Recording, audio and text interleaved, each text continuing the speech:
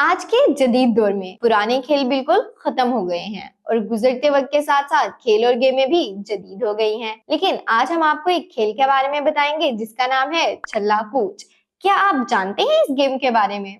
चले मैं आपको बताती हूँ। मियाँ वाली में शादी की तकरीब के दौरान एक गेम खेली जाती है जिसका नाम है छल्ला कूच। इस गेम में दो टीम्स बनाई जाती हैं। हर टीम तकरीबन 15 से 20 अफराद पर मुश्तमिल होती है। सबसे पहले टॉस किया जाता है और जो टीम जीत जाती है उसको छल्ला दे दिया जाता है। 15 से 20 अफराद के दरमियान इस छल्ले को पास किया जाता है और फिर उसको छुपा दिया जाता है। मुखालिफ टीम ने अंदाजा लगाना होता है कि छल्ला किसके पास है और यकीनन ये एक मुश्किल काम है कि 15 से 20 अफराद के दौरान आपने ये गेस करना है कि छल्ला इनमें से किसके पास होगा।